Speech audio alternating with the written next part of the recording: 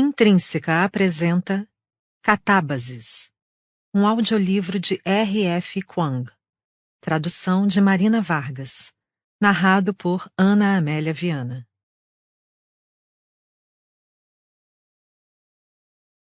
Para Bennett, brilhante, bem-amado.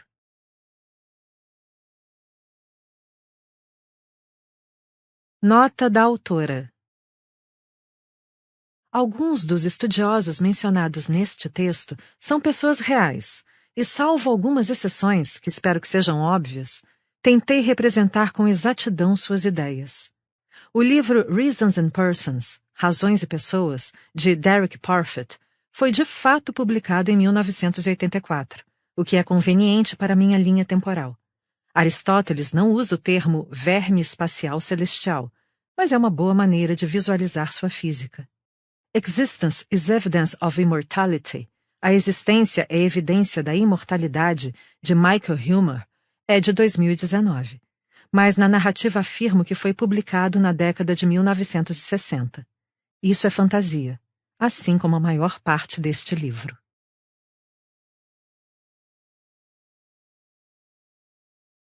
Capítulo 1. Pois considero que o verdadeiro adepto da filosofia tende a ser mal compreendido pelos outros homens. Não percebem que ele está sempre perseguindo a morte e morrendo.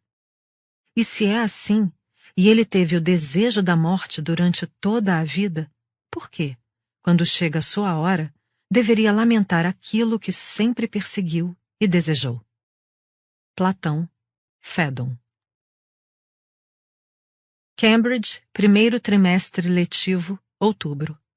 O vento açoitava, o sol se escondia e no primeiro dia de aula, quando deveria estar dando uma palestra para os alunos de graduação sobre os perigos de usar o feitiço de cisão cartesiana para revisar a matéria, sem pausas para ir ao banheiro, Alice Law partiu para resgatar a alma de seu orientador dos 8 tribunais do inferno.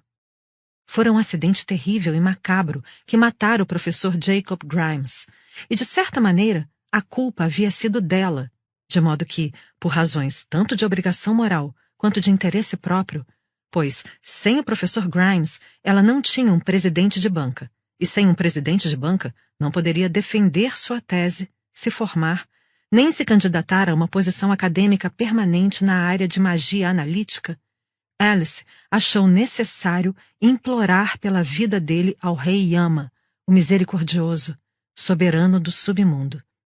Não era uma tarefa simples. No último mês, ela havia se tornado uma especialista autodidata em tartarologia, que não era uma de suas sub-áreas. Atualmente, não parecia ser a sub-área de ninguém, já que é raro que os tartarólogos sobrevivessem para publicar seus trabalhos. Desde a morte do professor Grimes, Alice havia passado todos os momentos acordada, lendo cada monografia, artigo e fragmento de correspondência que conseguia encontrar sobre a jornada até o inferno e como voltar de lá. Pelo menos uma dúzia de acadêmicos havia feito a viagem e sobrevivido para contar a história de forma crível, mas pouquíssimos no último século. As fontes existentes eram pouco confiáveis em diferentes graus e, além disso, extremamente difíceis de traduzir. Dante se detinha tanto em indiretas rancorosas que se perdia no meio da exposição.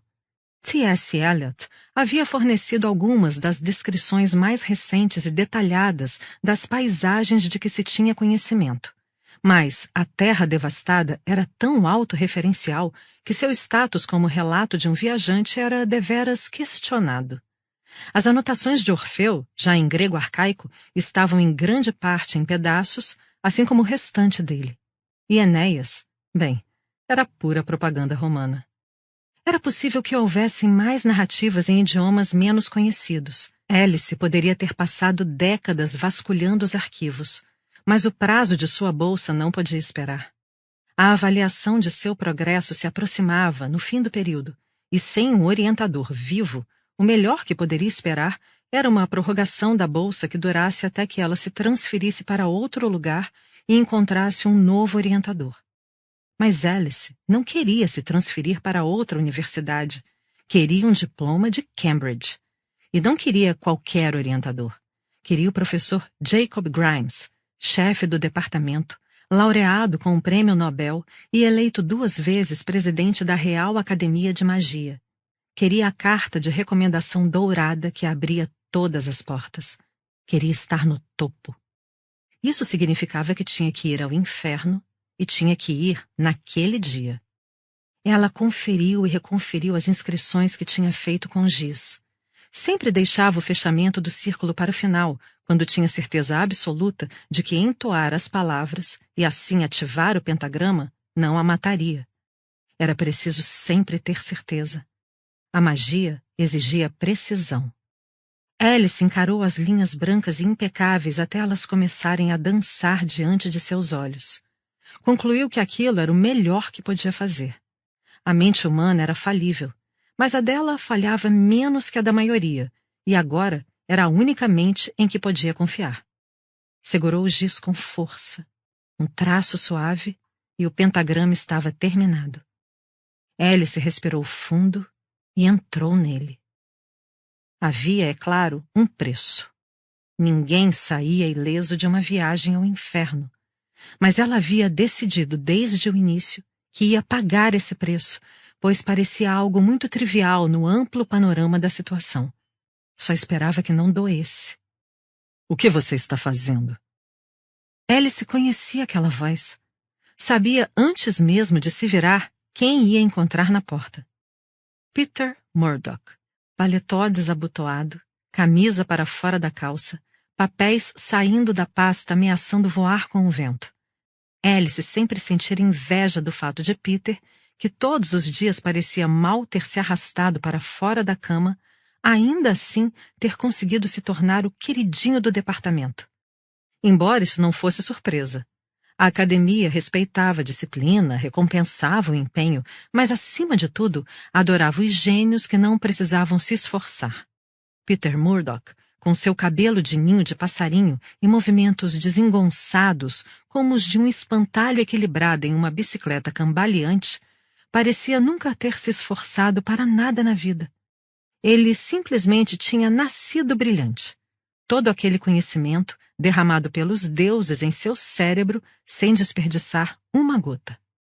Alice não o suportava. "Me deixe em paz", disse ela. Peter entrou a passos pesados no círculo, o que foi muito rude da parte dele. Sempre se deve pedir permissão antes de entrar no pentagrama de outro mago. "Eu sei o que você está planejando." "Não, você não sabe." "Pentagrama de transporte básico de Tsu, com as modificações de Setia", declarou Peter, o que impressionou Alice, já que ele só tinha dado uma olhada rápida no chão e estava do outro lado da sala ainda por cima. "Soma de Ramanujan, com implicações para o efeito Casimir, para estabelecer um vínculo psíquico com o alvo. 8 barras para 8 tribunais." Um sorriso surgiu em seu rosto. "Alice Law, sua espertinha. Você está tentando ir para o inferno." "Bem, já que sabe tanto assim", retrucou ela, "deve estar ciente de que só tem espaço para um de nós." Peter se ajoelhou, empurrou os óculos para cima na ponte do nariz e, com o próprio pedaço de giz, logo acrescentou algumas alterações ao pentagrama. Isso também foi muito rude. Sempre se deve pedir permissão antes de alterar o trabalho de outro acadêmico. Mas as regras de etiqueta não se aplicavam a Peter Murdoch. O rapaz levava a vida com uma despreocupação que, mais uma vez, era tolerada apenas por causa de sua genialidade. Alice o tinha visto derramar calda de chocolate nas vestes do reitor da faculdade durante um jantar formal, sem que isso resultasse em mais do que um tapinha no ombro e uma risada. Quando Peter cometia um erro, era engraçado. Ela, no entanto, já havia passado um jantar inteiro no banheiro, com as mãos suando, porque tinha derrubado uma cesta de pães no chão. 1 vira 2. Peter agitou os dedos. Abracadabra.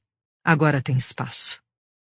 Alice conferiu as inscrições e percebeu, para seu desalento, que o raciocínio era perfeito. Preferiria que ele tivesse cometido um deslize que o deixasse sem os membros. E realmente Preferiria que o rapaz não tivesse declarado em seguida: "Eu vou com você." "Não, você não vai."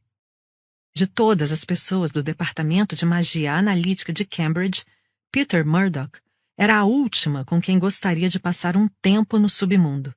O perfeito, brilhante e irritante Peter, que ganhava os prêmios mais importantes do departamento a cada etapa.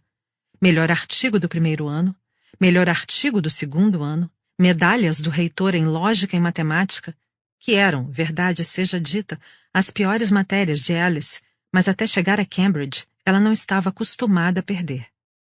Ele era um daqueles acadêmicos que descendiam de uma família de acadêmicos, um mago, filho de um físico e de uma bióloga, o que significava que estava imerso nas regras não ditas da Torre de Marfim antes mesmo de aprender a andar.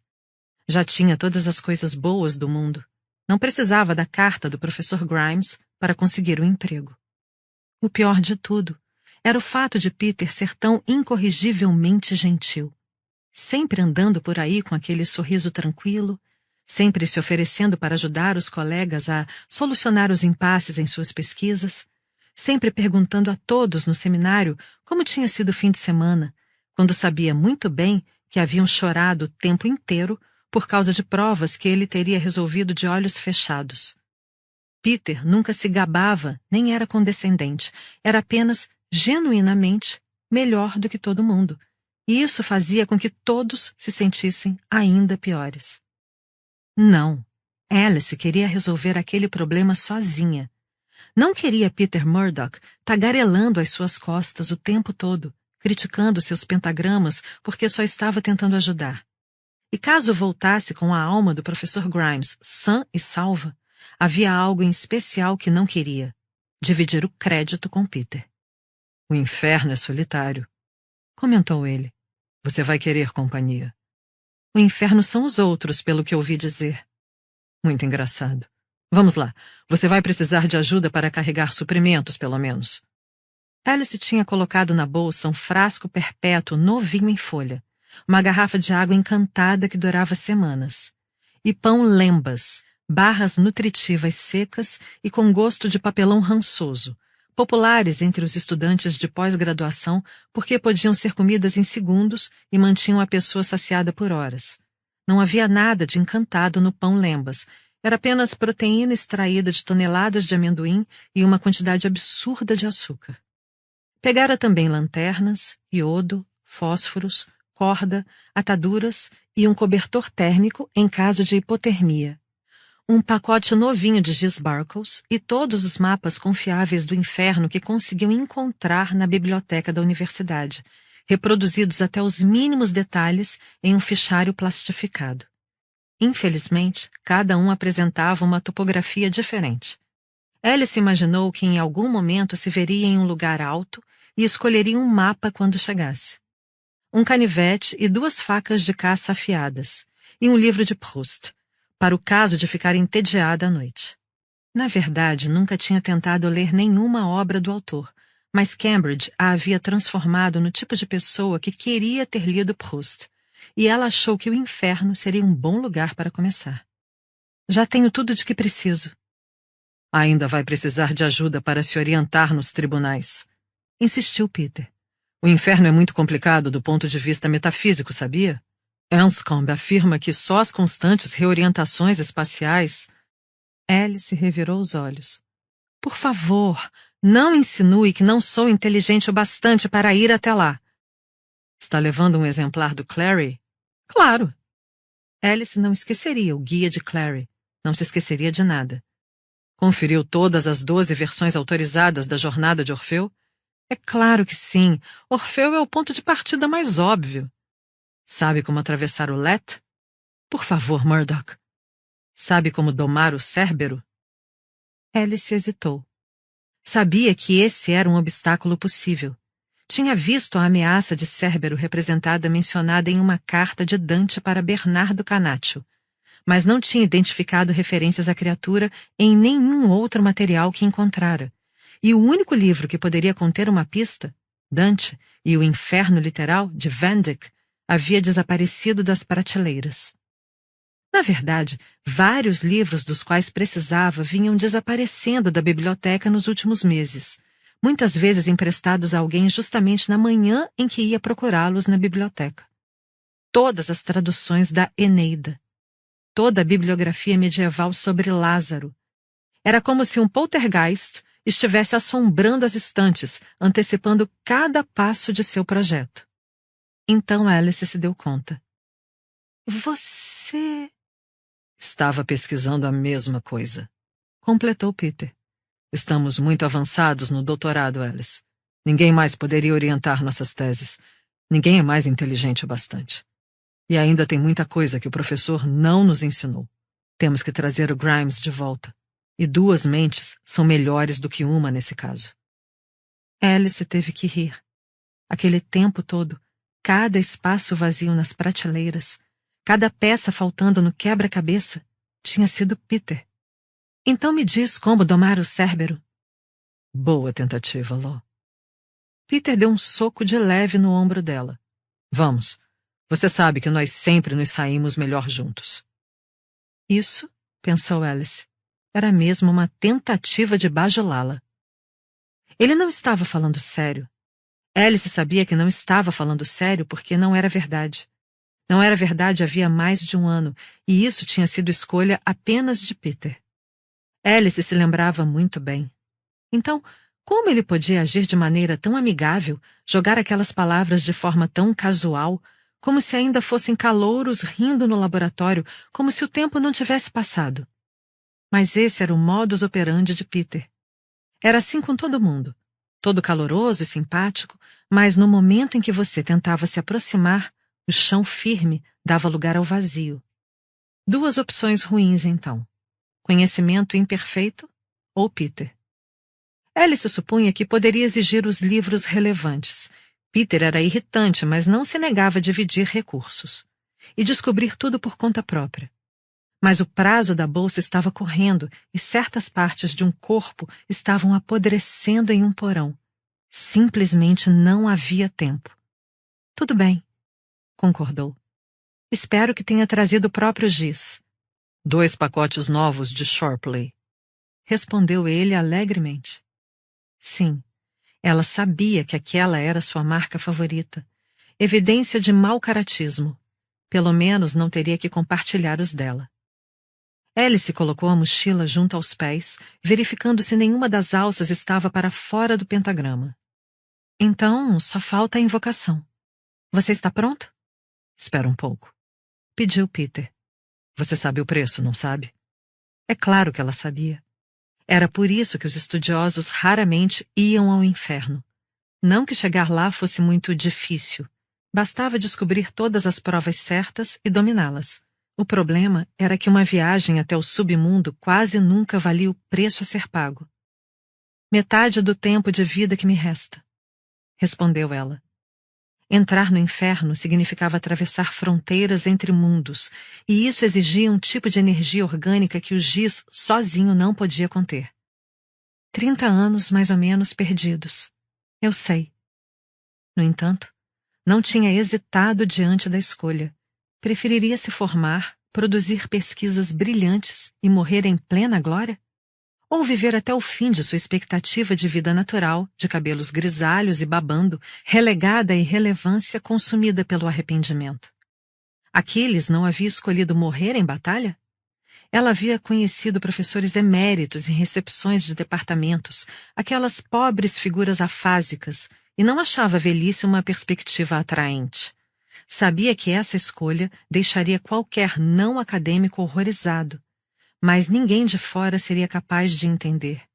Alice sacrificaria seu primogênito por uma cátedra, amputaria um membro, daria qualquer coisa, desde que ainda tivesse a mente intacta, desde que ainda pudesse pensar. Quero ser maga, declarou. É tudo o que sempre quis. Eu sei, respondeu Peter.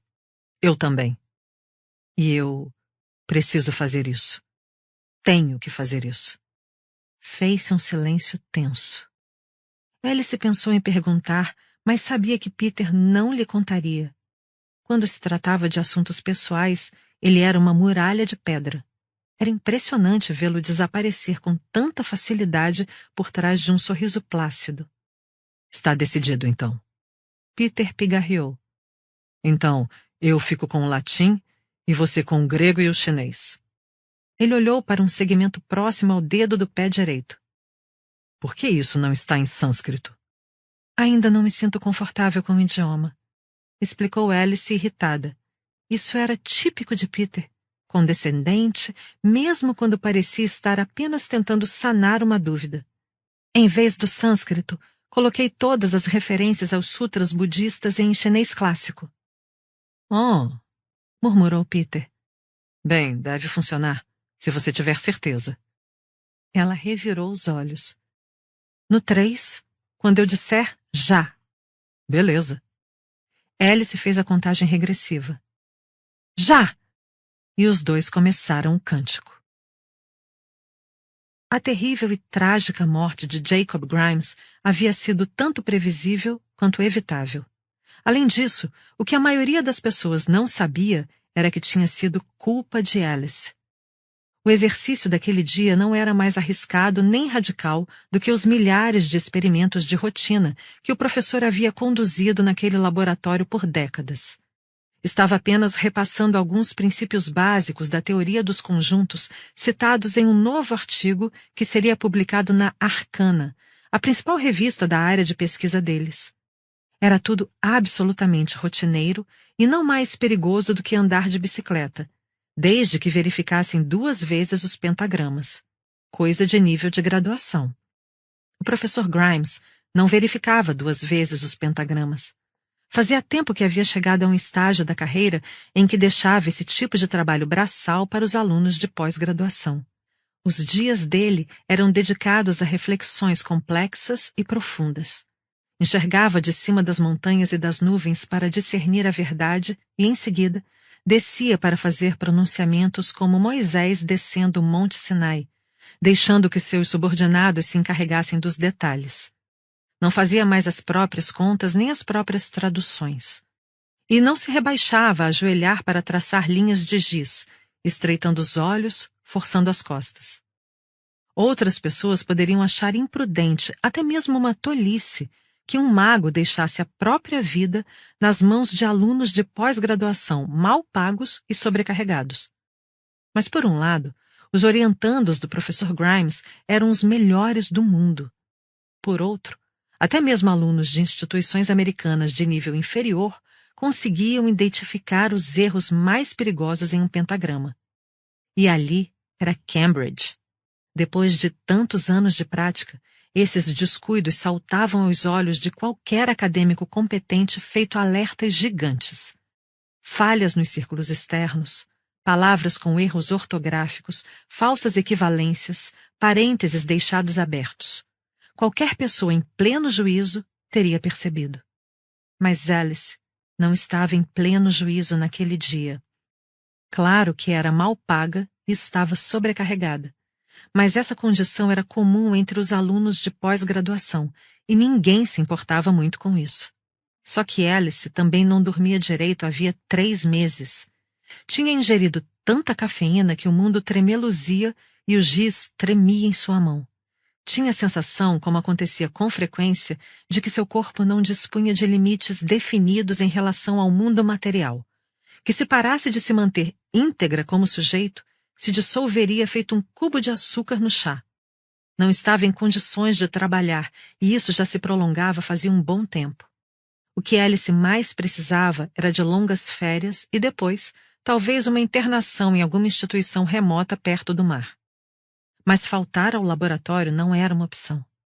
O professor Grimes não pedia que ela ajudasse em um artigo desde o ano anterior, e embora o trabalho estivesse aquém de suas qualificações e a coautoria estivesse fora de questão, estava desesperada para voltar às boas graças dele. De qualquer forma, estar a ponto de cair de cansaço era o padrão. Esperava-se que, por meio de uma combinação de café forte e pão lembas, a pessoa seguisse em frente até que todos os prazos fossem cumpridos e ela pudesse, enfim, entrar em coma por tempo indeterminado sem consequências. Alice havia passado a maior parte da pós-graduação nesse estado e não era tão ruim assim. Mas também estava com raiva naquela tarde, ressentida e confusa, uma mistura tão nebulosa de frustração e fúria que o simples som da voz do professor Grimes a fazia estremecer. Sentir a proximidade física dele, senti-lo se mover e ajoelhar-se na própria sombra, tornava difícil respirar. Nos breves momentos em que seus olhos se encontravam, o coração de Alice parava e ela pensava que talvez quisesse morrer. Era muito penoso se concentrar em um ambiente como aquele. Então, quando desenhou os pentagramas, não fechou os traços necessários. Em se tratando de pentagramas, era muito importante fechá-los. Proferir encantamentos invocava a energia morta-viva do pó de giz, que tinha um efeito explosivo se não fosse contida de maneira adequada em um espaço definido. Até mesmo um buraco minúsculo poderia causar um desastre. Na verdade, buracos menores eram piores, pois concentravam toda a energia com um efeito terrível. Por isso, toda pessoa que desenhava um pentagrama realizava o que era conhecido como teste da formiga. Traçar com a ponta de um lápis uma linha de um ponto da inscrição até o outro, para garantir que qualquer formiga que seguisse a linha completaria a jornada. Alice não fez o teste da formiga. Na prática, não se preocupou em garantir que o corpo do professor Grimes permanecesse intacto. Era o tipo de erro que poderia acabar com carreiras, e teria acabado com a dela se alguém tivesse visto o nome de Alice nos registros do laboratório ou soubesse de qualquer forma oficial que ela o estava auxiliando. Teria havido uma investigação. Ela teria sido questionada por um comitê, forçada a contar em detalhes excruciantes cada um de seus equívocos enquanto deliberavam se tinha sido homicídio culposo ou apenas conduta imprudente. Alice teria perdido a bolsa, sido expulsa da pós-graduação, interrogada pela Real Academia e proibida de estudar ou praticar magia em qualquer instituição do mundo, até mesmo nas mais duvidosas e não credenciadas no exterior. Isso se não fosse para a prisão. Mas o professor Grimes não costumava dar crédito aos alunos de pós-graduação em seus experimentos. Auxiliar nas pesquisas dele, em vez de se dedicar às próprias, era apenas um requisito tácito do programa. Ninguém sabia oficialmente que houvera alguém naquela sala no dia do acidente, além do professor. Ninguém mais vira quando ventos uivantes, arrancados de dimensões infinitas, se precipitaram sobre o pentagrama. Ninguém vira os globos oculares do sujeito saltarem do rosto antes de estourarem feito uvas, o intestino se desenrolar e envolver o corpo como uma corda de pular, cruzando-se em um emaranhado, a boca se contorcendo em um grito mudo. Ninguém vira o corpo dele virar de cabeça para baixo e girar 7 vezes de forma apavorante, os órgãos expostos tremulando antes de voarem em todas as direções, espalhando sangue, ossos e vísceras por toda a parte. Ninguém vira os miolos na lousa, o fragmento de mandíbula dentada caindo dentro da xícara de Darjeeling da tarde.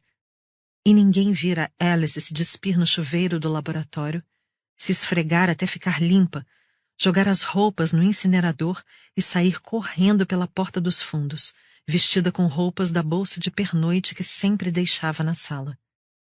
Ninguém a vira correr pelo campus nas primeiras horas da manhã, de volta para o dormitório na faculdade, onde se despiu no quarto para tomar um segundo banho e alternou entre vomitar e chorar até adormecer.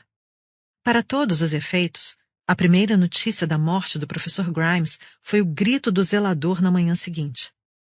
Àquela altura, o sangue e as tripas já haviam arruinado o pentagrama, e todo o giz estava manchado de sangue, de modo que ninguém conseguiu discernir exatamente o que tinha dado errado. Um pedaço do professor Grimes, mais tarde identificado como sendo o fígado, por sorte caíra bem em cima do segmento do círculo externo que Alice havia deixado de completar. A única conclusão a que se chegou foi que tinha sido um terrível acidente, que era só questão de tempo até que acontecesse algo com o pensador mais ousado de sua época, e as investigações foram encerradas por aí.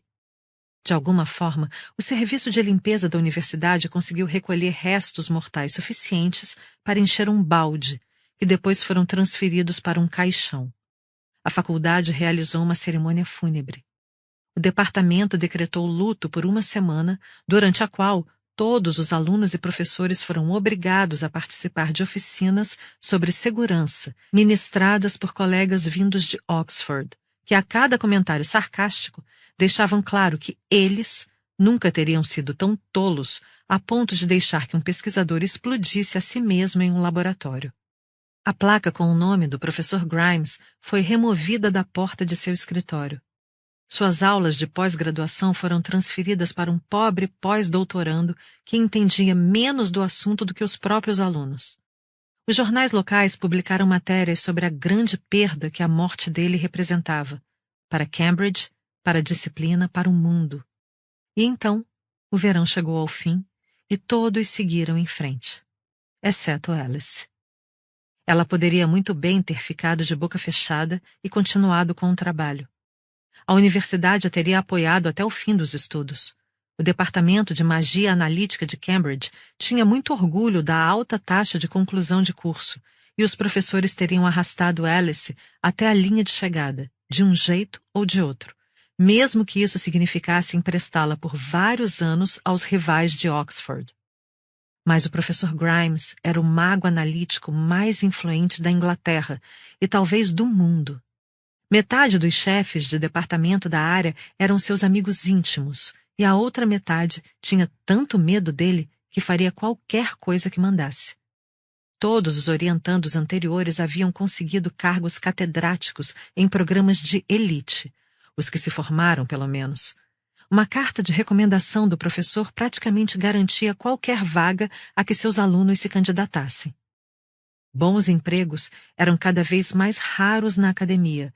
Alice queria muito um. Caso contrário, não saberia o que fazer no futuro. Havia treinado a vida inteira para fazer aquela única coisa, e se não pudesse fazê-la, não teria razão para continuar existindo.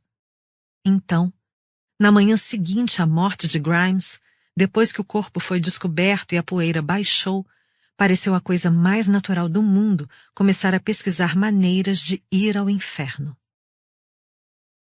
Peter tinha uma voz muito boa para encantamentos. Alice sempre havia se ressentido disso, de como fazia a dela parecer fina e frágil em comparação. Achava isso particularmente irritante, pois não combinava nem um pouco com aquele corpo esquelético.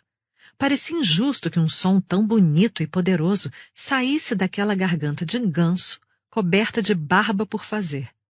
De tempos em tempos, surgia um artigo científico analisando por que timbres masculinos eram mais adequados para a magia, citando razões de tom, profundidade ou estabilidade. E essas pesquisas sempre causavam um grande rebuliço, gerando declarações indignadas de sociedades de mulheres na magia e pedidos de desculpa de conselhos editoriais de revistas. Pena que ninguém tinha conseguido refutar esses estudos de maneira conclusiva. Para piorar, Alice suspeitava que eles estavam certos, e naquele momento se sentia grata por isso. A autoconfiança de Peter lhe contagiava, e ela se deixou embalar pelo som suave e reconfortante da voz dele. O alvo definido como professor Jacob Grimes, entoaram em uníssono. O destino definido como o inferno, ou pós-vida, ou os 8 tribunais, ou os domínios de Rei Yama, o misericordioso. Eles terminaram. Nada aconteceu. Um segundo se passou, depois vários. Então, um frio gélido tomou conta da sala, um calafrio crescente, vindo do nada, que se espalhou pelos ossos dos dois. Alice estremeceu. Mão? Peter estendeu a palma. Ela a afastou com um tapa. Quieto! Desculpa. A mão de Peter ficou suspensa no ar por um momento antes de ele a recolher. E só então Alice percebeu que talvez o rapaz estivesse pedindo para segurar a mão dela. Mas já era tarde. Uma luz branca irrompeu das linhas de giz, formando um silo ao redor deles. O laboratório desapareceu. Um grande estrondo preencheu o ar. Alice agarrou o braço de Peter, apenas para não perder o equilíbrio, claro. Mas o chão se agitou com brusquidão e ela caiu de bunda. Por um momento não conseguiu ver nada, nem ouvir nada, além do rugido ensurdecedor da coluna de luz. Sentiu uma fisgada no peito, não dolorosa, apenas brusca, como se uma mão fantasmagórica tivesse penetrado entre suas costelas e puxado o coração para fora. A pressão era avassaladora. Não conseguia respirar.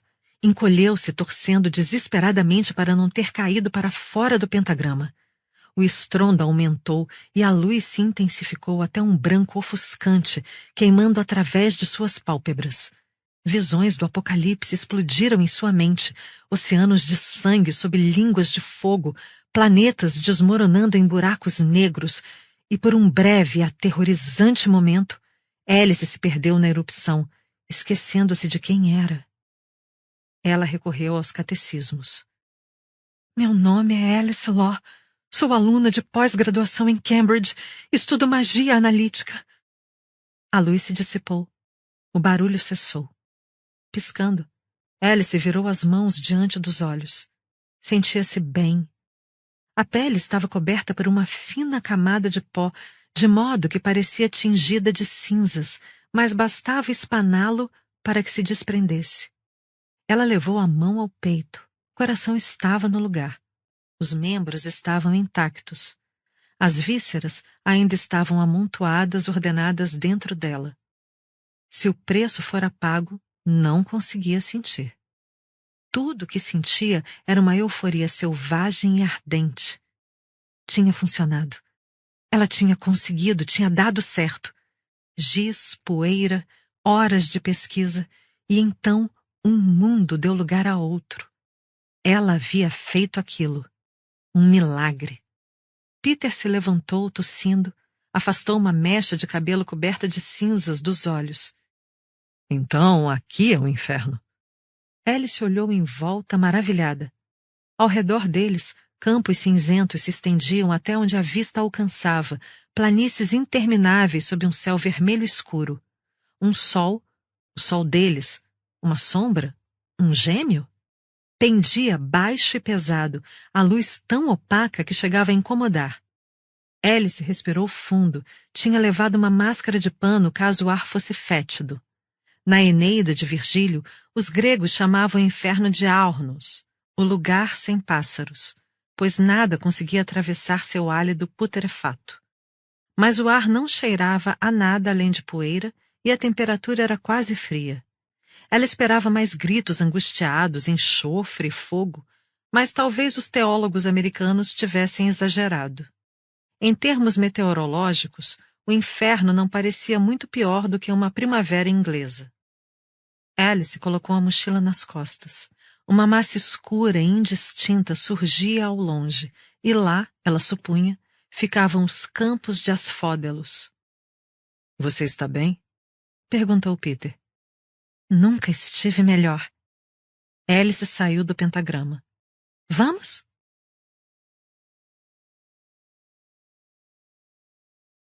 Sobre a magia. Magia, a mais misteriosa e caprichosa das disciplinas, admirada por seu poder e ridicularizada por sua frivolidade, é, em resumo, o ato de contar mentiras sobre o mundo. O que os magos das civilizações antigas descobriram por meio do acaso e da engenhosidade, e o que os filósofos magos ingleses do século XVIII em diante codificaram no cânone euro-americano, foi que as leis naturais do mundo eram fixas, mas frágeis. Era possível reinterpretá-las de forma inteligente. Por breves períodos, era possível até mesmo embaralhá-las e suspendê-las, desde que se tecesse a trama certa de inverdades. Truques linguísticos, enigmas lógicos, tudo funcionava. Bastava encontrar um conjunto de premissas que, mesmo que apenas por uma fração de segundo, fizesse o mundo parecer diferente do que de fato era. O giz e qualquer resquício de energia mágica morta-viva que houvesse nas conchas pulverizadas de criaturas marinhas que pereceram há milhões de anos se encarregavam do resto. Mas a magia progrediu muito desde, digamos, os rituais primitivos sugeridos pelas inscrições em giz de Uffington, e desde então houve uma proliferação de subcampos espalhafatosos que, na verdade, nada tinham a ver com giz, mas sim com todo tipo de objetos arcanos, música encantada e ilusões de ótica.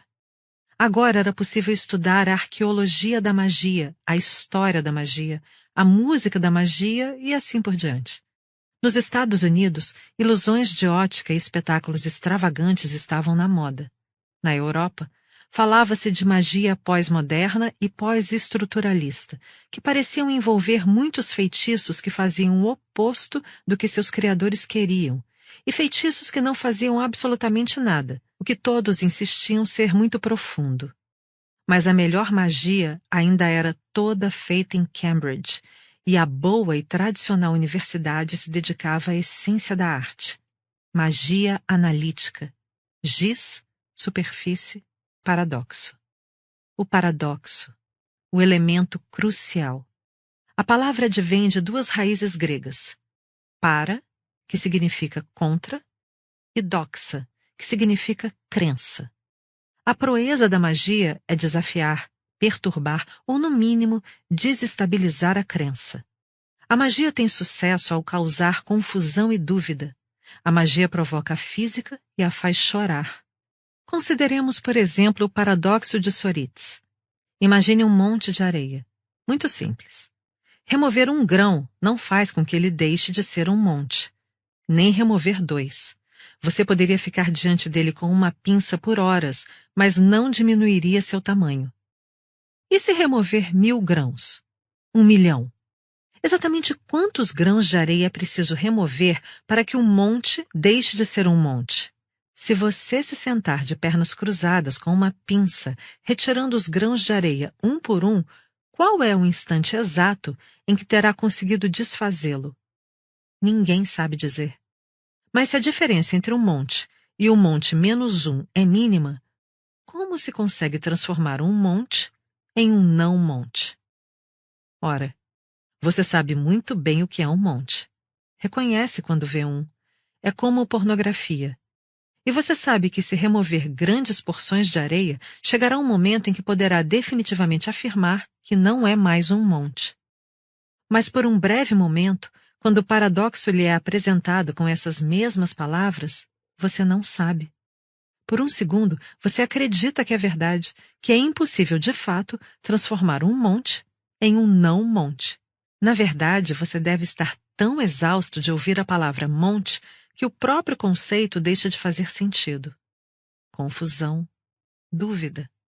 E com isso, apenas por um instante, o mundo pisca. O monte não se desfaz. Tinha sido esse piscar que atraíra Alice para seu campo de pesquisa. No primeiro ano da faculdade, ela cursou uma disciplina de introdução à lógica. Na segunda semana, assistiram a uma demonstração de magia.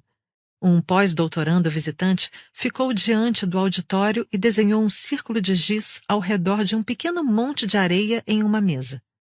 Observem, instruiu, e então estendeu a mão e retirou um punhado de areia. Ele fez isso de novo, e de novo, e de novo. Convidou a turma a formar uma fila e, um por um, tentar esvaziar o monte com as mãos. Todos tentaram, mas ninguém conseguiu. Cada vez que suas mãos saíam do círculo, o espaço ao redor do monte tremulava e a quantidade de areia não diminuía. Alice observou os grãos escorrerem por entre seus dedos e algo em seu peito foi tomado de assalto. Não conseguia respirar. Ali estava um milagre. Ali estava Jesus transformando 5 pães e 2 peixes em um suprimento infinito.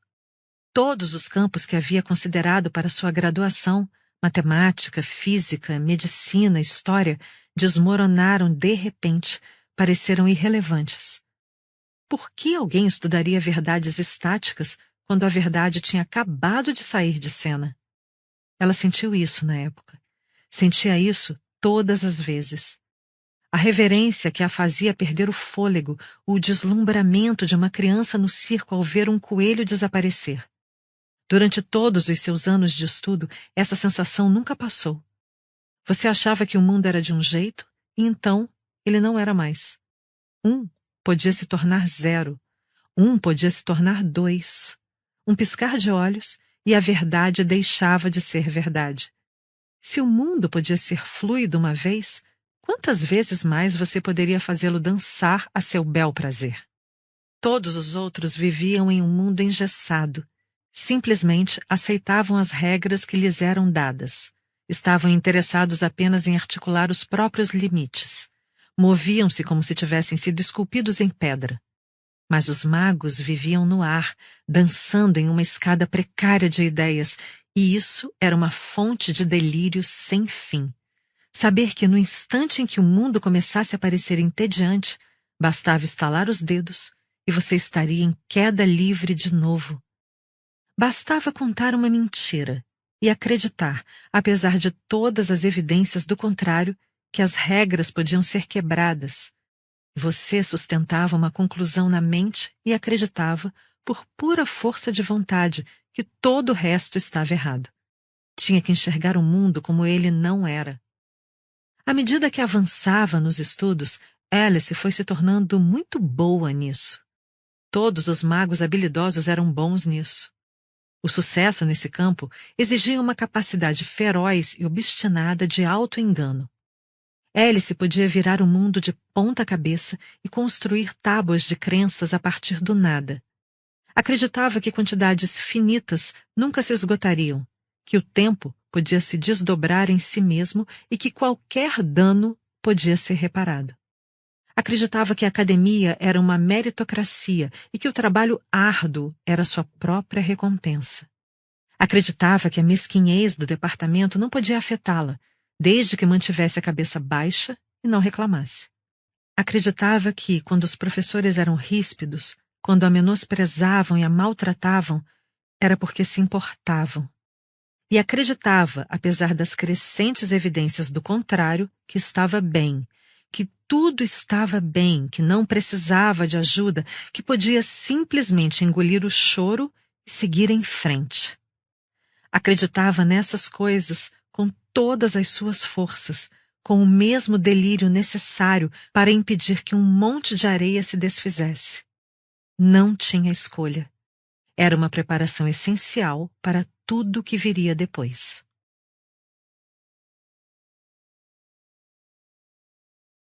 Capítulo 2. O inferno se estendia ao longe.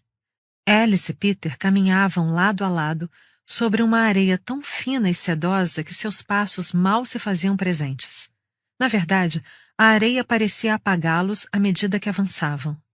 Ela olhou por cima do ombro e viu que suas pegadas deixavam primeiro apenas contornos quase imperceptíveis. Então, 3 passos depois, ao olhar mais uma vez para trás, não havia nada. Parecia que a paisagem do inferno resistia a alterações. Não importava para onde olhasse, não conseguia identificar nenhum ponto de referência. Nenhuma colina, nenhuma costa, nenhuma nuvem ameaçadora. Ela tentou não deixar que isso a incomodasse. Tinha lido em algum lugar que o inferno era um plano inconstante e mutável. Seus pontos de referência eram conceituais, não fixos. Não sabia ao certo o que isso significava, mas, seguindo a convenção acadêmica, interpretou como: o inferno se revela a você conforme bem entende. Por enquanto, ele tinha escolhido dunas ondulantes. Alice ansiava pela luz do sol. Os olhos já haviam se ajustado à penumbra, embora doessem de tanto semicerrar as pálpebras. Ela massageou as têmporas e torceu para se acostumar com aquele crepúsculo eterno. Cerca de 20 minutos depois, os dois passaram sob uma ponte. A princípio, a ouviram antes de vê-la.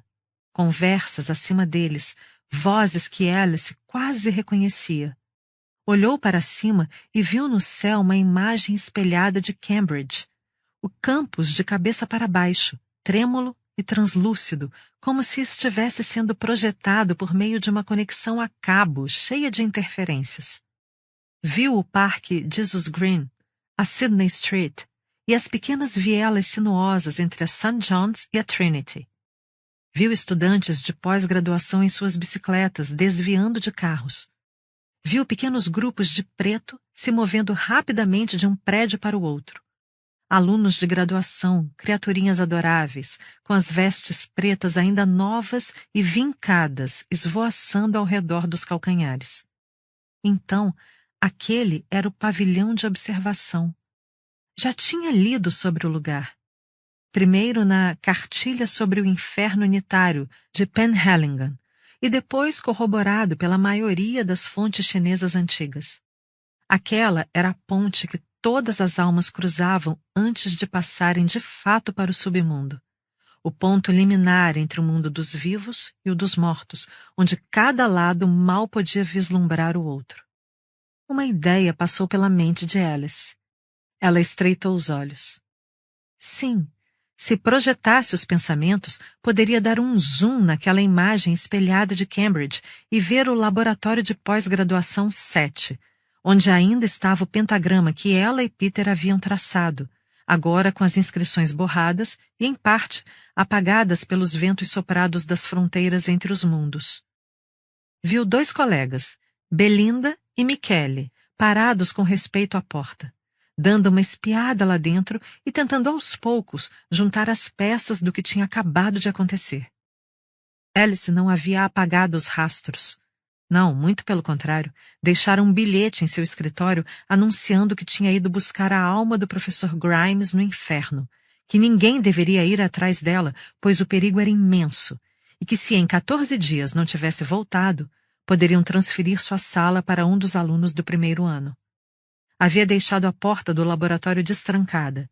Queria que todos soubessem para onde tinha ido, mesmo que fosse apenas para que, quando voltasse triunfante, acompanhada do professor Grimes, não houvesse dúvida a respeito de seu sucesso.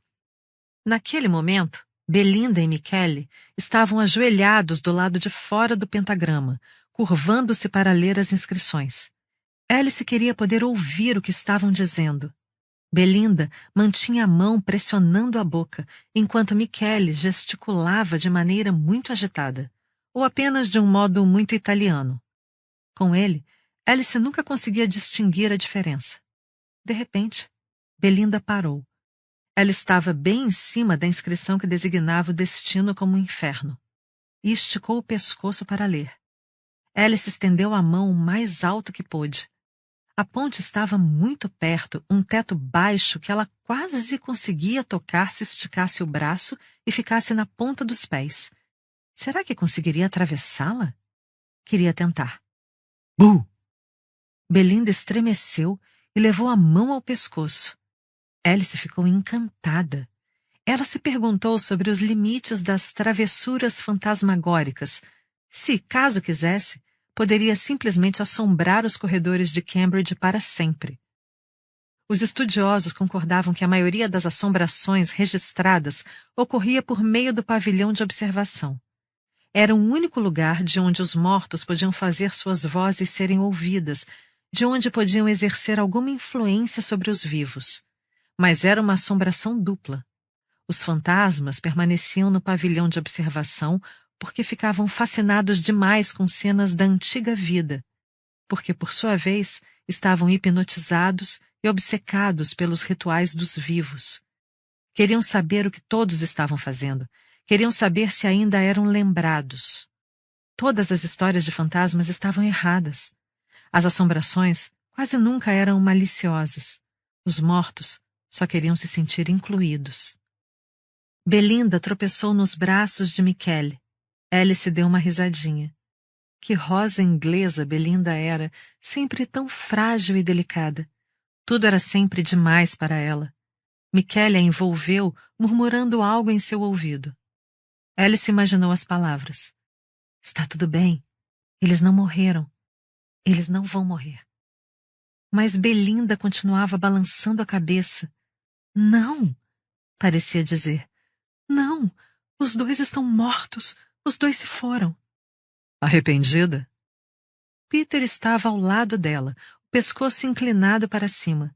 Seus olhos, no entanto, não estavam voltados para Belinda e Michele, e sim para os grupos de estudantes de graduação que circulavam alegremente pelas vielas. Despreocupados, animados com o início do período letivo. Ou será que o primeiro dia de aula já havia terminado e estavam indo para o bar da faculdade para tomar uma cerveja? Quer voltar? Não brinca, Murdoch.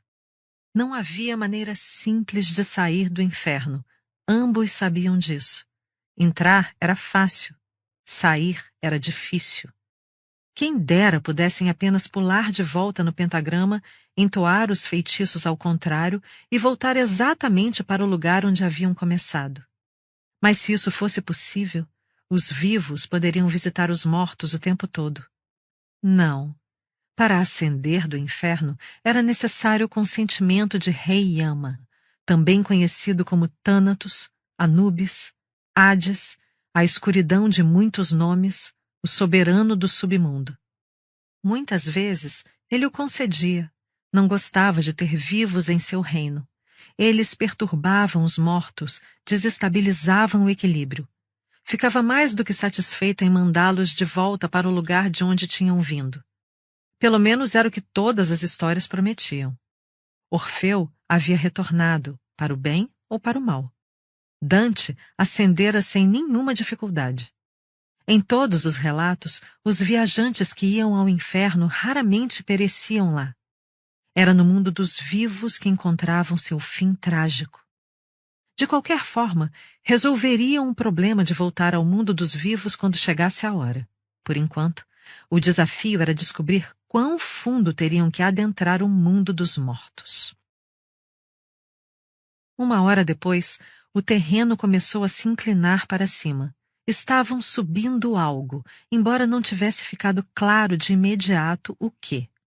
Os pulmões de Alice começaram a se contrair, mas ela tentou não ofegar.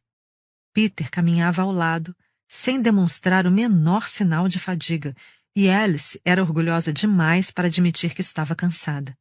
Então, tudo se revelou abaixo deles. Um vale plano repleto de sombras e mais sombras, algumas reunidas em grupos, outras vagando sozinhas pelos campos. Eram almas mortas, espectros cinzentos e translúcidos, meros ecos de corpos vivos. Algumas andavam em círculos, outras iam de um lado para outro, percorrendo repetidas vezes o mesmo trajeto curto. Outras ainda vagavam sem destino, à deriva mais do que caminhando. Do alto, era como observar uma colônia de formigas lentas e atordoadas, movendo-se sem propósito. Apenas um fluxo errante sem fim. Limbo para alguns. Para outros, os campos de Asfódelos. O lugar não era um dos tribunais do inferno, apenas uma zona de retenção. Ali, ficavam as almas chocadas e desorientadas dos recém-falecidos. Ali tinham espaço e tempo infinitos para se orientarem antes de decidirem seguir adiante. No Tratado de Tálamo, os campos dos Asfódelos eram descritos como uma área de espera, não muito diferente do saguão da estação de Cambridge South, a não ser pelo fato de que não havia quiosque de café e todos ainda estavam decidindo se queriam embarcar no trem. Alice tinha bons motivos para acreditar que o professor Grimes talvez ainda estivesse ali. De modo geral, os mortos não costumavam ter pressa de seguir em frente. Precisavam de tempo para processar as lembranças, os arrependimentos e os desejos. Alguns ficavam na esperança de se reunir com entes queridos antes de buscarem juntos a reencarnação. Outros não acreditavam em reencarnação. Havia ainda aqueles que permaneciam nos campos para sempre, convencidos de que a grande ressurreição estava chegando e que só precisavam afundar em um estupor e esperar pelo fim dos tempos. E havia os que ficavam por puro terror do que o resto do inferno lhes reservava, pois uma eternidade de tédio era melhor do que os castigos que receberiam. O professor Grimes, na opinião de Alice, tinha muito de que se redimir. Se fosse ele, não sairia dali tão cedo. Mas como iam encontrá-lo em meio a tanta gente? Os campos se estendiam até onde a vista alcançava, e nenhuma daquelas almas parecia familiar. Mesmo depois de descerem para o vale, misturando-se à multidão, as sombras continuavam tão vagas e indistintas quanto aparentavam ser de longe. Alice examinava cada uma pela qual passava, mas via apenas silhuetas borradas, a maioria sem rosto ou com expressões igualmente melancólicas. Nunca conseguia se aproximar o suficiente para dar uma olhada melhor. Os mortos se afastavam toda vez que os dois chegavam perto, como insetos fugindo de mãos que os enxotavam. "O que foi mesmo que você usou como âncora?" perguntou Peter depois de um tempo. Um dos problemas mais frustrantes de uma viagem ao inferno era descobrir para onde ir e onde encontrar a alma que se esperava resgatar. Muitos haviam morrido desde o início dos tempos e, infelizmente, o inferno era um lugar muito grande. A solução era uma âncora de radiestesia, uma seção do pentagrama que usava um símbolo ou objeto físico como ponto de fixação espaço-temporal no submundo. Mas a âncora de Alice, ao que parecia, só os havia levado a um espaço indistinto. "Usei um objeto da mesa dele." Ela olhou em volta, desesperançosa. "A placa que deram para o professor em Paris no ano passado. Ele joga a maioria dos prêmios fora, mas deixava aquela placa bem à vista, virada para quem entrasse na sala. Então achei que era importante para ele." "Eu sei que placa é essa. É só de madeira, né? Sem letras douradas?" É só um entalhe." Peter assentiu. Ponderou por um momento e em seguida falou. "Posso fazer uma sugestão?" "Pode, claro." "É que não quero parecer crítico demais." Ele disse isso de forma tão cortês que Alice teve vontade de lhe dar um tapa. No passado, ele não costumava medir palavras quando falava com ela. Costumava gritar: "Alice, sua idiota! Você pulou uma linha! Estragou tudo!" E ela revidava na mesma moeda, apontando que tinha sido ele quem havia pulado uma linha, e então os dois discutiam furiosamente, riam e resolviam o problema. Houve uma época em que podiam discutir e discutir era divertido. Houve uma época em que podiam ser francos um com o outro. Mas isso tinha sido muito, muito tempo atrás. "Estamos perdidos no inferno", comentou ela. "Pode sugerir o que quiser." Então, no Apócrifo, Macedônio afirma que a maioria dos objetos do mundo dos vivos perde a força direcional no inferno. Disse Peter. "Desculpa, peguei o livro antes que você tivesse a chance, então não tinha como você saber. Mas a ideia é que os vínculos emocionais que estabelecemos com objetos que existem há muito tempo são, na verdade, muito superficiais em comparação com sua história. Ainda mais algo como uma placa, que é só um pedaço de madeira esculpida. Foi modificada com um polimento, é claro, mas ainda é, em sua essência, apenas aquela madeira. Nossas interações com ela são fugazes no longo curso de sua existência." Tudo isso pareceu muito óbvio para Alice quando Peter explicou. "Eu deveria ter pensado nisso." "Então, sua placa pode ter nos colocado perto de todos os carpinteiros que já viveram."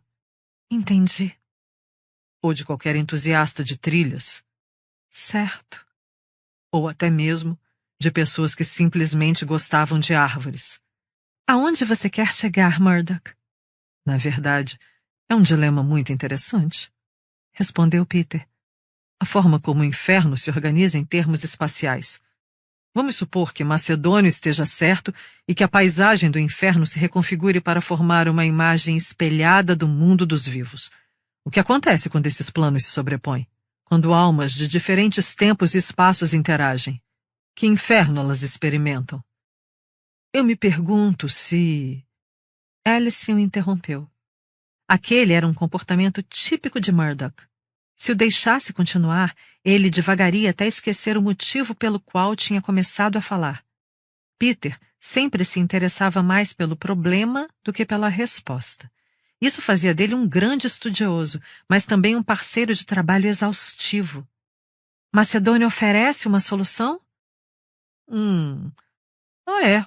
Ele diz que nós temos que fazer os mortos virem até nós." Peter tirou a mochila das costas e se ajoelhou no chão. E sugere fazer isso com um sacrifício. Ele tirou 3 objetos da mochila. Um maço de cigarro, uma fatia de pão lembas e uma garrafinha de vinho do Porto Tawny. Uma refeição, explicou. Algo muito enraizado em termos temporais. Tem que acertar a década, entende? Objetos têm histórias longas. Já no caso dos alimentos, os ingredientes específicos nas proporções exatas e as rotas que tem que percorrer para chegar lá, tudo isso é extremamente específico em termos cronológicos. Peter arrumou os cigarros em uma pequena pilha, esmigalhou o pão lembas sobre eles e jogou o vinho do Porto por cima. Em seguida, riscou um fósforo e ateou fogo em tudo. O aroma era tão bom para Alice que chegava a ser perturbador, até mesmo o tabaco. Lembrava a sala de descanso do departamento. Embalagens de pão lembas, canecas usadas, sofás manchados de vinho do Porto, filtros de café úmidos na lixeira. Cheiro de lar. Grossas gavinhas de fumaça negra se desenrolaram acima da pilha e se dissiparam no ar cinza. Os campos ficaram fora de foco e em seguida começaram a se desvanecer ao redor deles. Grupos inteiros de sombras desapareceram uma a uma, até os dois ficarem completamente sozinhos. Um único borrão surgiu no horizonte, ficando cada vez maior à medida que se aproximava. — Não pode ser! Exclamou Peter. Não era o professor Grimes. Era o gato do departamento. A maioria dos departamentos de Cambridge tinha um gato, ou melhor dizendo, os gatos tinham departamentos. Os felinos não usavam coleira, não dormiam na casa de nenhum dos professores, não pareciam leais ou particularmente amigáveis com nenhum aluno ou membro do corpo docente.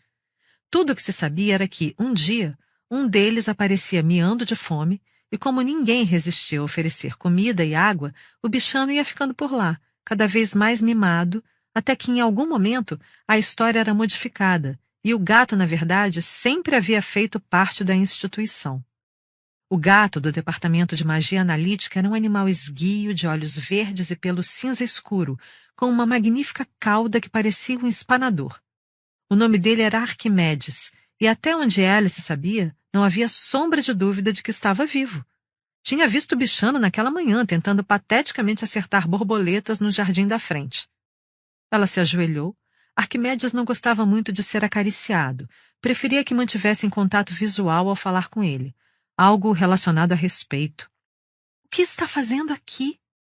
Arquimedes piscou, a cauda balançando de um lado para o outro. Circundou o fogo e o farejou. Não parecia nem um pouco incomodado por estar no inferno. — Os gatos podem cruzar fronteiras, murmurou Alice. — Eu li sobre isso. Eles conhecem os tribunais, podem ver os mortos. — Você pode nos ajudar, então? Peter se aproximou do gato. — Pode nos levar até o Grimes? Por um momento, Arquimedes pareceu ponderar o pedido. Seus olhos se detiveram no fogo por um bom tempo, tanto que Alice sentiu um lampejo de esperança. O gato parecia tão sábio, o olhar tão carregado de significado. Eu cruzei oceanos temporais, diziam aqueles olhos. Eu vi o mundo oculto. Então ele soltou um miado carregado de desdém e disparou de volta pelas dunas. Alice se levantou. Inútil. Olha, disse Peter. Onde Arquimedes havia desaparecido, 4 figuras surgiam no horizonte. Formas delicadas e hesitantes. Nenhuma delas possuía a altura imponente e a elegância do professor Grimes. Conforme se aproximavam, a luz suave de seu rosto ficou visível sob o sol baixo e ardente. Inocentes. Mal eram adultos. Marcas escuras espalhadas pela pele feito manchas de tinta. Peter! Alice sentiu um aperto no peito. Esses não são... Ah, meu Deus! Exclamou Peter. Achei que a essa altura já teriam seguido adiante. Pelo visto, não, comentou Alice, preparando-se para encarar as primeiras vítimas do professor Grimes. 30 anos atrás, em Cambridge, um feitiço deu errado e 4 alunos de graduação morreram. O pós-doutorando encarregado foi destituído de seus títulos acadêmicos e banido de volta para Bristol, em desgraça. Todos os envolvidos eram alunos do então jovem professor Jacob Grimes. Oficialmente, a universidade atribuiu as mortes a um incêndio no prédio, o que não era exatamente mentira, já que a explosão resultante havia incendiado todo o bloco esquerdo, e enviou as cinzas dos estudantes para os pais, junto de uma carta garantindo que Cambridge não era de forma alguma responsável e que processos judiciais seriam uma péssima ideia. De maneira muito conveniente, uma investigação apontou falhas nas tubulações de gás, o que permitiu que a universidade colocasse a culpa nas normas de construção e na má conduta do empreiteiro, e não na natureza de experimentos mágicos que poderiam, de fato, incendiar metade de um prédio. Tudo isso significou que o departamento nunca foi responsabilizado pelo que aconteceu. Havia sido um acidente trágico. Nada mais. Mas ninguém nunca perguntou por que o professor Grimes permitiu que um incêndio consumisse o laboratório para começo de conversa. Ninguém jamais considerou que, como orientador responsável tanto pelo desenvolvimento intelectual quanto pela segurança de seus alunos, ele deveria estar acompanhando o desenrolar do experimento em vez de estar trancado em seu escritório no terceiro andar, com uma formidável placa de "Não entre" pendurada na porta. Grimes tinha muito orgulho daquela placa. Um grupo de formandos havia lhe dado de presente como piada, e ele a aceitou sem o menor traço de ironia. Ninguém jamais sugeriu que talvez, além de se dedicar às suas pesquisas, o professor deveria estar cumprindo seus deveres de docente. Não era o único negligente, afinal de contas. Todos os docentes do departamento eram relapsos quando se tratava de suas funções de ensino. Por que perder tempo cuidando de alunos de graduação quando se poderia trabalhar em literalmente qualquer outra coisa? Então, nada daquilo teve impacto sobre a carreira de Jacob Grimes. Ninguém podia provar que a culpa tinha sido dele. Não era possível traçar uma linha direta entre suas ações e o incêndio. Ele nem sequer estava presente. Além disso, acidentes eram muito comuns na magia. Apenas 2 semanas depois, uma harpa encantada recuperada da Assíria colocou metade do departamento de Harvard em um sono paralisante, e isso ofuscou bastante o incêndio de Cambridge na rede de fofoca acadêmica. Nenhum contrafeitiço foi eficaz. A cura acabou exigindo enormes quantidades de anfetamina que um número surpreendente de estudantes de pós-graduação tinha à disposição. O consenso geral era que a magia envolvia riscos, em especial a magia visionária e revolucionária pela qual o professor era conhecido. De qualquer forma, a culpa havia sido dos próprios alunos e estavam todos mortos.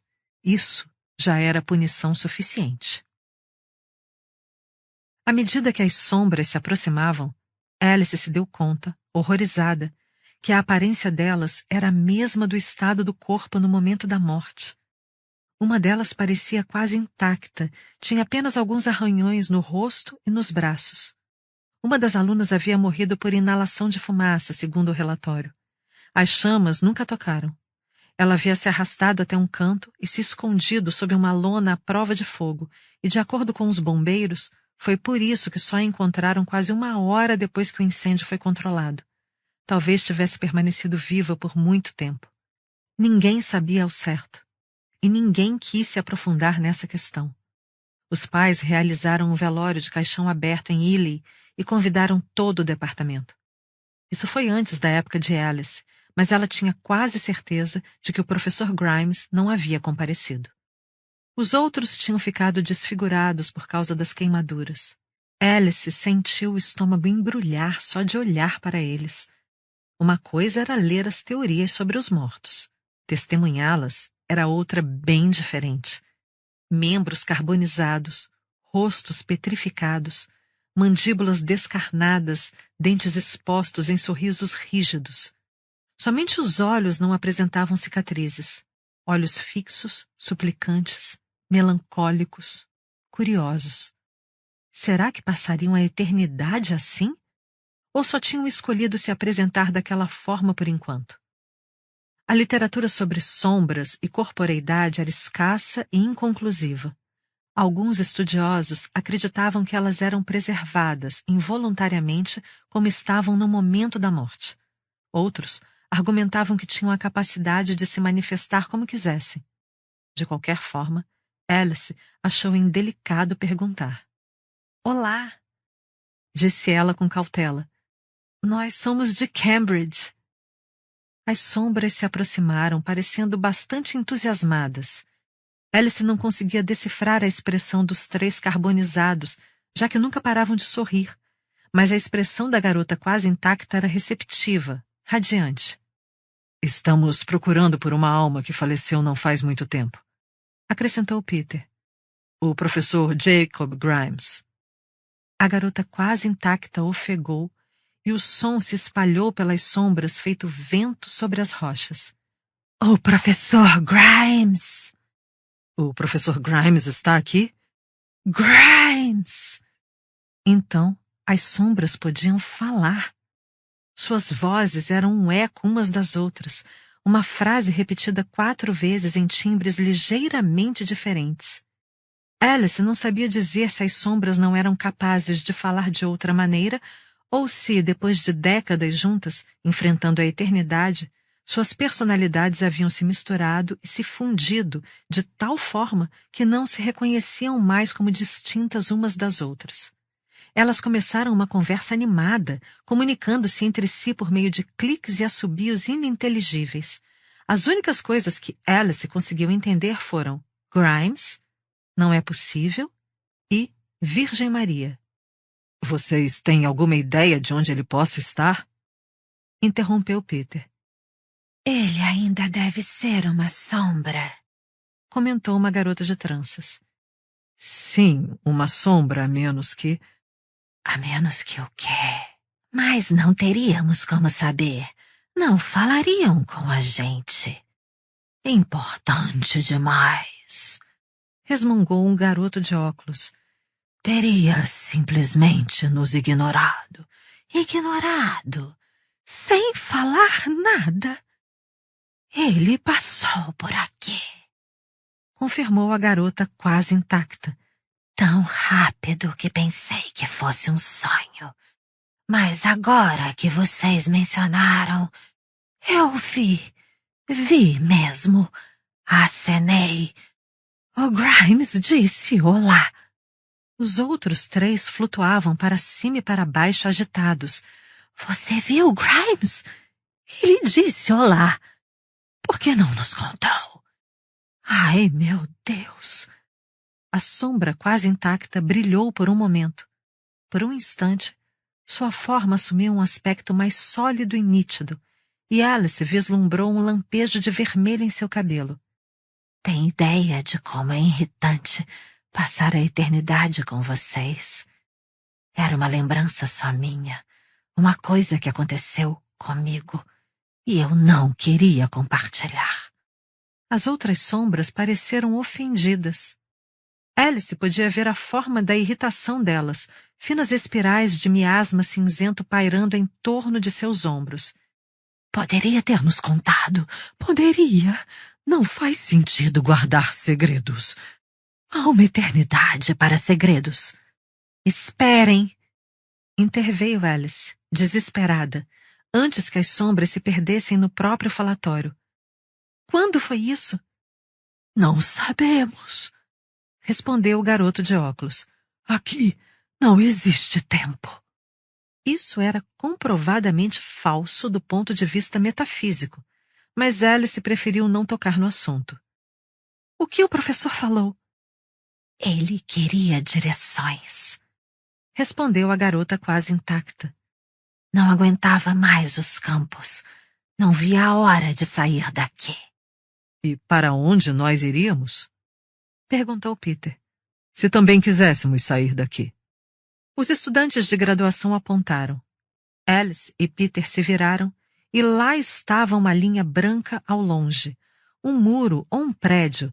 Ela não sabia dizer ao certo, mas pelo menos era alguma estrutura que prometia pôr fim à monotonia de areia. Alice não achava que aquilo estivesse ali antes.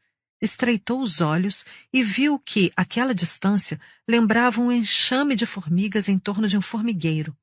Sombras, milhares delas, fazendo fila para qualquer que fosse a libertação que aguardasse atrás daquela coisa branca. Os alunos de graduação suspiraram, desanimados, todos ao mesmo tempo. As filas, tão longas, nunca chegamos ao fim. Pior do que comprar ingresso para show. Eu só consegui ir a um, declarou o garoto de óculos. Vi as Chordettes. Fiquei 4 horas na fila. Isso desencadeou outra onda de agitação. Você viu as Chordettes? Concentrem-se, pediu Peter. Por favor. Essa é a única maneira de chegar ao primeiro tribunal? Ah, sim. Todo mundo tem que ficar na fila, até o professor Grimes esperar sua vez, sem exceções. A garota quase intacta inclinou a cabeça. Vocês vão salvá-lo? Diante dessa pergunta, todos os alunos de graduação avançaram e se aglomeraram ao redor de Alice e Peter. Vão tirá-lo daqui? Isso é para a pesquisa de vocês? É para um artigo? Alice sentiu uma pontada de compaixão. Sempre teve carinho pelos alunos de graduação, por mais que adorasse reclamar deles. Na verdade, era um prazer ensinar para os alunos de Cambridge, criaturas ingênuas e ansiosas. Com poucas exceções, nunca eram preguiçosos nem insolentes. Muito pelo contrário, eram de modo geral mentes alegres e em formação, que ainda pediam permissão para ir ao banheiro durante as aulas, que com frequência esqueciam a ordem das operações ao passar da matemática para a lógica, que gaguejavam de nervoso durante os horários de atendimento e começavam os trabalhos com declarações vazias como o Oxford English Dictionary define validade como e desde o início dos tempos, a humanidade é atormentada pelo problema da racionalidade. Costumava vê-los se aglomerando no pique depois das aulas, com as bochechas coradas por causa do frio, conversando animadamente enquanto bebiam cerveja barata e comiam batata frita murcha. Gostava de vê-los debatendo com empolgação sobre as disciplinas, gesticulando, as vogais um pouco exageradas, o jargão pesado. Eles a faziam se perguntar com inveja se a ignorância não seria de fato o segredo da felicidade. Vamos juntos, então? Perguntou Peter com delicadeza. Não está na hora de vocês seguirem adiante? Ao que parecia, essa foi a pergunta errada a se fazer. Os graduandos se encolheram em uma massa densa e glutinosa de angústia psíquica. O ar ficou subitamente mais frio. Os pelos dos braços de Alice se arrepiaram. Ela fez uma anotação mental sobre isso. Sombras podem afetar a atmosfera se perturbadas. Medo! Afirmou a garota quase intacta por fim. Os outros assentiram. Medo do quê? Indagou Peter. Vocês estão todos tão... Quer dizer, tenho certeza de que não tem muito de que se redimir. Todos balançaram a cabeça com violência. Não é isso! Não, não! Nós temos medo de passar. Medo de não ser. Medo do Lete. Medo de esquecer. De nos tornarmos. Medo de sermos outros. É só reencarnação, declarou Peter. Não vão se lembrar de nada. Exatamente. Nós éramos magos, disse o garoto de óculos. Se formos, não vamos mais ser magos. Vocês só podem estar de brincadeira, resmungou Peter com sua clássica falta de tato. Alice achou que ele estava sendo um tanto ignorante. É claro que aquelas sombras estavam com medo. As almas costumavam permanecer em asfódelos por anos, décadas, antes de tentar a reencarnação. A perda de identidade era uma perspectiva aterrorizante. Quem você seria sem suas memórias, seu passado, seus relacionamentos, sua posição no mundo? E se o que lhe coubesse na próxima vida fosse muito pior do que o que tinha acabado de deixar para trás? Não importava que, em teoria, as almas tivessem infinitas vidas e infinitas chances de vivenciar coisas boas e ruins. Da perspectiva subjetiva da alma, reencarnar não era diferente de morrer. Além disso, era sempre uma loteria. Alice entendia que eles não quisessem tentar a sorte. Vocês mal viveram, insistiu Peter. A vida tem muito mais a... Não gostariam de tentar de novo? Os alunos de graduação estremeceram. Mas a magia! Mas Cambridge... O trono do mundo intelectual, disse a garota quase intacta. Um privilégio inimaginável. É a única escolha racional, declarou o garoto de óculos. Pronunciou-se com tanta autoridade que os outros pareceram se encolher por um momento às suas costas, como se lhe dessem permissão para falar em nome do grupo. Sua voz se tornou mais grave. Ele gesticulava enquanto falava, imitando um professor. Vejam, considerando a população da Terra, é muito provável que a gente reencarne abaixo da linha da pobreza. A maioria nunca frequentou uma escola, muito menos Cambridge. Uma vida não examinada não vale a pena ser vivida, como dizia Sócrates. Portanto, buscar a reencarnação é apostar com chances incrivelmente ruins em uma vida que não vale a pena ser vivida. Por exemplo, depois de reencarnar, nós poderíamos acabar fazendo alguma coisa como, não sei, trabalhar em plantações de arroz na China. Ordenhar vacas no Arkansas, sugeriu a garota quase intacta. Minerar diamantes na África. Espera aí, reclamou Alice. Isso é bastante preconceituoso. Ser um idiota! Ser um idiota! As 4 sombras estremeceram tal qual gelatina. Ah, que horror! Ah, não ser inteligente! E se você nunca aprender a ler? Lamuriou-se uma das sombras. Mas vocês estão mortos. Aquilo tinha ido longe demais. Alice teve que intervir. Alunos de graduação faziam isso com frequência. Se deixavam levar por ideias equivocadas, comparavam listas de exercícios e se confundiam tanto que desemaranhar seus pensamentos exigia o dobro do trabalho. Eram como 5 homens cegos descrevendo um elefante. Eram 3 ratos cegos guiando uns aos outros em círculos. Vocês estão no inferno, prosseguiu ela. Esse parece ser o pior estado possível. Nós somos magos mortos, respondeu o garoto de óculos. É diferente. Não é nem um pouco diferente, retrucou Peter. Vocês continuam presos aqui. Mas por que vocês estão aqui? Perguntou a garota quase intacta. Por que vieram? Eles se agarraram a essa linha de questionamento com entusiasmo. Por quê? Por quê? Metade do tempo de vida. O preço. É diferente. Foi a vez de Alice falar. Ainda podemos ser magos. Isso faz valer a pena. Ah! Murmurou a garota quase intacta. E então empregou a mais irritante das táticas argumentativas, que era concordar e ao mesmo tempo deixar claro que achava o raciocínio dela estúpido. Tudo bem, então. Os outros estudantes de graduação não disseram nada. Que réplica precisariam fazer?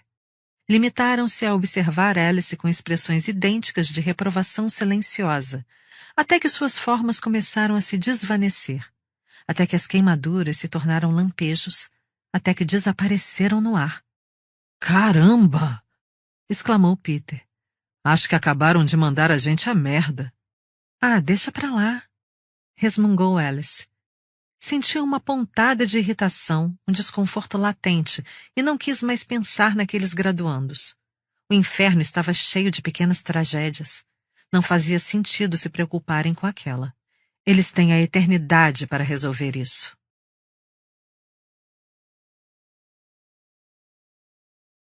Capítulo 3. A linha branca era de fato um muro, uma grande superfície plana que desaparecia no céu e se estendia a perder de vista em ambas as direções. Abaixo, um grande aglomerado de sombras arrastava os pés com impaciência, as vozes como folhas secas farfalhando ao vento. Estou aqui há séculos. Nada se move. Disseram que a taxa de natalidade caiu. Caiu? O boom do pós-guerra acabou. Todos os lugares estão desenvolvidos e todas as mulheres estão tomando pílula. Ah, é isso. Minha nossa. Peter ficou na ponta dos pés, tentando enxergar por cima da multidão. É pior do que o 50 numa sexta-feira. Você já foi ao 50? Perguntou Alice. Eu tentei, nunca consegui entrar. Ela de fato tinha a sensação de estar do lado de fora de uma boate, só que não conseguia ver as portas. Fim da amostra do audiolivro. Caso queira ouvir inteiro, entre em contato pelo QR Code na tela. O Grupo Gilmore é apenas R$ 14 por mês e você tem acesso a todos os audiolivros do canal.